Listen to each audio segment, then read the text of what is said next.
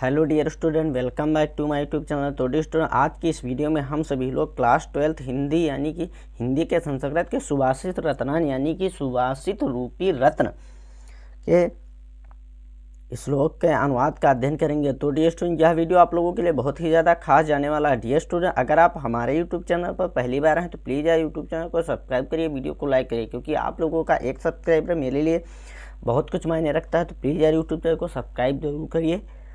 Dear student, मैं आप लोगों को बिल्कुल आसान व सरल शब्दों में बताने की कोशिश करूंगा, जिससे आप लोग बिल्कुल अच्छी तरीके से तैयारी कर सकें, क्योंकि ये एक ऐसा लेसन है इसमें से हर बार बोर्ड एग्जाम में कोई ना कोई पैराग्राफ पूछा जाता है। तो यह लेसन आप लोगों को बिल्कुल अच्छी तरीके से यानी आप लोगों का इसका अनुवाद आप लोगों को पता होना चाहिए, जिससे आप लोग बिल्कुल अच्छी तरीके से बोर्ड एग्जाम में लिख करके अच्छे से मार्क को अचीव करें। तो स्टूडेंट, वीडियो को बिना स्किप किए हुए लास्ट तक जरूर देखते रहें। तो यहाँ पर बिना किसी देरी के शुरू करते हैं अपनी इस वीडियो को।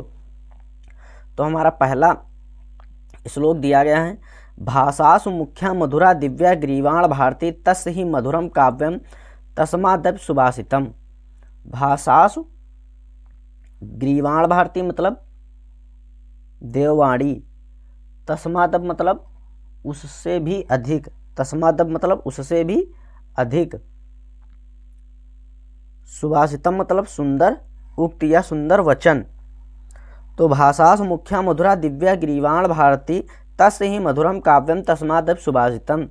देववाणी अर्थात संस्कृत समस्त भाषाओं में मुख्य मधुर दिव्य है, निश्चित रूप से उसके काव्य मधुर हैं और उससे भी अधिक सुंदर हैं उसके सुंदर वचन या सुंदर उक्ति। यानी कि भाषासु मुख्या मधुरा दिव्या ग्रीवाण भारती तस्य ही मधुरम काव्यम तस्मादप सुभाषितम। डियर स्टूडेंट, समझने की कोशिश करेंगे। मैं आप लोगों को बिल्कुल आसान व सरल शब्दों में बताने की कोशिश जरूर करूंगा। देववाणी अर्थात संस्कृत समस्त भाषाओं में मुख्य मधुर दिव्य है, निश्चित रूप से उसके काव्य मधुर हैं, यानी कि तस्य ही मधुरा काव्य में यानी कि निश्चित रूप से उसके काव्य मधुर हैं, तस्मादप सुभाषितम उससे भी अधिक सुंदर हैं उसकी सुंदर उक्ति या वचन। यानी कि जिस प्रकार से उसके सुंदर काव्य हैं और उन काव्यों से सुंदर तो उनके सुंदर वचनों की उक्ति, यानी कि जो सुंदर वचन है वो उनकी उक्ति उनसे भी सुंदर है। सुखार्थिना कुतो विद्यार्थिनः सुखम, सुखार्थी व त्याजेत विद्याम, विद्यार्थी व त्याजेत सुखम। सुख चाहने वाले व्यक्ति को विद्या कहाँ, सुखार्थी मतलब सुख चाहने वाले को, विद्यार्थी मतलब विद्यार्थी, सुखम मतलब सुख, त्याजेत मतलब छोड़ देना चाहिए।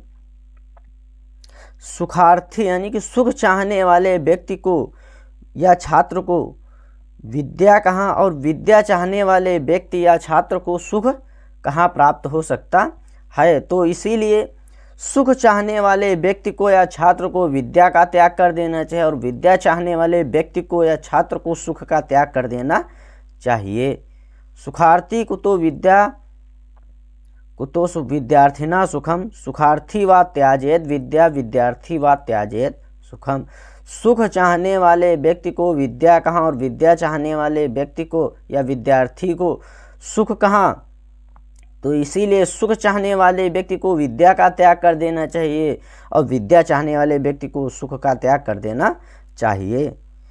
जल बिंदु निपातेन क्रमशः पूरते घटः, जल बिंदु निपातेन क्रमशः पूरते घटः, सह हेतु सर्वविद्यानां धर्मस्य च धनस्य च। जल बिंदु मतलब जल की एक एक बूंद से, निपातेन मतलब गिरने से, क्रमशः मतलब लगातार, पूरते मतलब पूरा होता है, घटा हम इस घड़ा, जिस प्रकार से यानी कि जल की एक एक बूंद गिरने से घड़ा भर जाता है, यही समस्त सा हेतु सर्व विद्यानाम धर्मस्य च धनस्य च, यही समस्त विद्याओं धर्म और धन का कारण है। अर्थात थोड़ा थोड़ा करके विद्या और धर्म का संचय किया जाता है या एकत्र किया जाता है। जल बिंदु निपातेन क्रमशः पूरते घटः, सा हेतु सर्व विद्यानाम धर्मस्य च धनस्य, यानी कि जिस प्रकार से एक एक बूंद लगातार गिरने से घड़ा भर जाता है, ठीक उसी प्रकार से थोड़ा थोड़ा करके विद्या धर्म और धन का भी संचय होता है या एकत्र हो जाता है। काव्य शास्त्र विनोदेन कालो गच्छितम धीमताम व्यसनेन चा मूर्खड़ाय निद्राय कलहेन वा। काव्य शास्त्र विनोदन मतलब काव्य और शास्त्र की चर्चा रूपी मनोरंजन में गच्छति मतलब क्या होता है, व्यतीत होता है या जाता है। धीमताम मतलब बुद्धिमान, धीमताम इस क्या होता है, बुद्धिमान व्यक्ति। व्यसनेन मतलब बुरी आदत, व्यसनेन मतलब क्या होता है, बुरी आदत। बुद्धिमान व्यक्तियों का समय काव्य और शास्त्र की चर्चा रूपी मनोरंजन में व्यतीत होता है और मूर्ख व्यक्तियों का समय बुरी आदतों, सोने, लड़ाई झगड़े में व्यतीत होता है। काव्य शास्त्रेण विनोदेन कालो गच्छितम धीमताम व्यसनेन चा मूर्खड़ाय निद्राय कलहेन वा। यानी कि बुद्धिमान व्यक्तियों का समय काव्य और शास्त्र के चर्चा रूपी मनोरंजन में व्यतीत होता है, जबकि इसके विपरीत मूर्ख व्यक्तियों का समय बुरी आदतें, सोने, लड़ने झगड़ने आदि में व्यतीत होता है। न चौर्यहारम न चा राज्यहारम न भ्रातभाज्यम न चा भारकारी वे कर्तव्य वर्धत एवं नित्यम विद्या धनम सर्वधनम प्रधानम। न चौर्यहारम न चा राज्यहारम। चौर्यहारम मतलब चोर के द्वारा चुराया जा सकता है। राज्यहारम मतलब राजा के द्वारा छीना जा सकता है। भ्रातभाज्य मतलब भ्रात के द्वारा बांटा जा सकता है।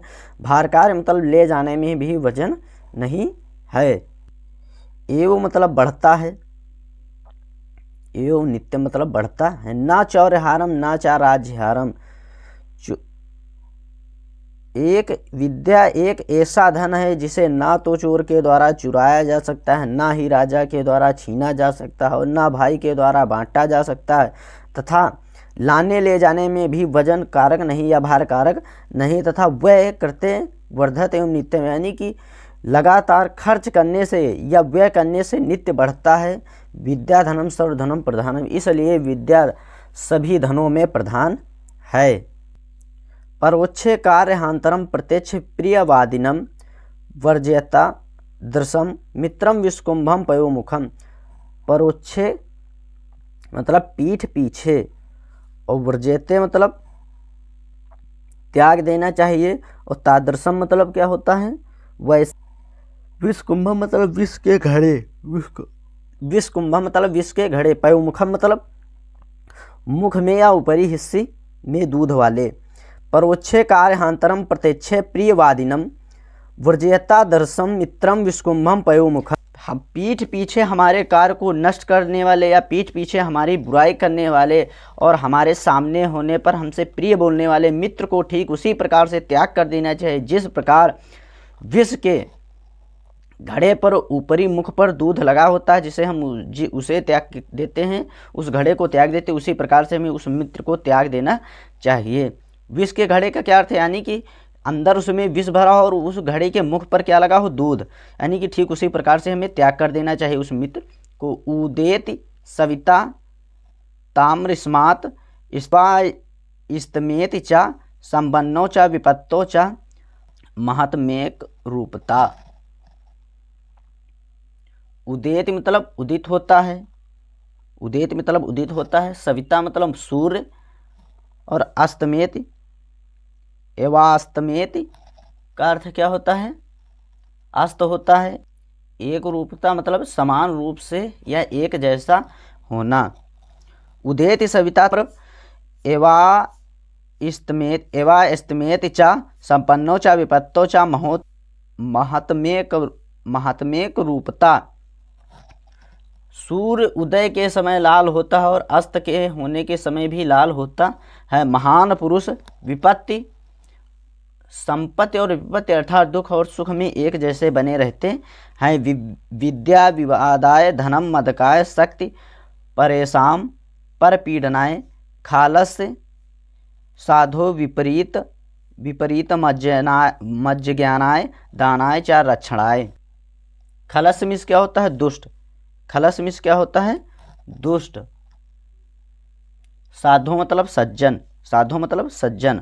विद्या विवादाय धनम मदकाय शक्ति परेशान पर पीड़नाय खालस्य साधो विपरीत में तज्ज ज्ञानाय दानाय च रक्षणाय, यानी कि दुष्ट की विद्या विवाद के लिए, धन मद के लिए और शक्ति दूसरों को पीड़ा पहुंचाने के लिए होती है, जबकि इसके विपरीत सज्जन व्यक्ति की विद्या ज्ञान के लिए, धन दान के लिए और शक्ति दूसरों की रक्षा करने के लिए होती है। सहसा विदधीत न क्रिया क्रियम विवेकम परम परम पदम पदम वृणुते ही विमरस्य कारणिम गुणलुब्धा स्वयमेव संपदा। सहसा मतलब बिना विचार किए हुए, विदधीत मतलब क्या होता है, करना चाहिए, क्रियम मतलब कार्य को, वृणुते मतलब क्या होता है, वर्ण करती हैं, विमर्श कारणम बिना विचार कार्य करने वाले व्यक्ति का, गुणलुब्धा गुणों की लोभी, बिना विचार किए गए, यानी कि बिना विचार किए गए कार्य को नहीं करना चाहिए, क्योंकि अज्ञान परम आपत्तियों का स्थान है। निश्चय ही विचार कर कार्य करने वाले व्यक्ति को गुणों की लोभी संपत्तियां, यानी कि लक्ष्मी जी उसका स्वयं वर्ण करती हैं। वज्रदपि कठोराणि मृदूनि कुसुमादपि लोकांतराणाम चेतासि को न विज्ञात मुहूर्तम। मृदून मिस होता है कोमल, और लोकांतराणाम मिस मतलब क्या होता है, अलौकिक व्यक्तियों के, और विज्ञात मुहूर्तम मतलब क्या होता है, जान सकता है, यानी कि वज्रदप कठोराण मृदून कुसुमादप लोकांतराणाम चेतास को ना तो विज्ञात मुहूर्तम। असाधारण व्यक्तियों के वज्र से भी कठोर और फूल से भी अधिक कोमल चित्त को कौन जान सकता है। प्रीणात यह सुचरितो पितरम स पुत्रो यद तमिच्छित तत् कलत्रम तमित्रमापदि सुखे च सक्रियम यद एतंत्रम जानाति पुण्यकृत्यो लाभन्ते। जो पिता को अच्छे आचरण से प्रसन्न करता हो, ऐसा पुत्र जो पति का हित चाहती हो, ऐसी स्त्री, सुख और दुख में समान व्यवहार करने वाला ऐसा मित्र, इन तीनों को संसार में पुण्यशाली व्यक्ति ही पाते हैं। कमान दुग्धे विष कर से लक्ष्मी कीर्ति सूक्ते दृष्कृतम या हिनास्ति शुद्धम शांतम मतरणम मंगलाम धेनुधीरा सुनरतम वाचमाओ।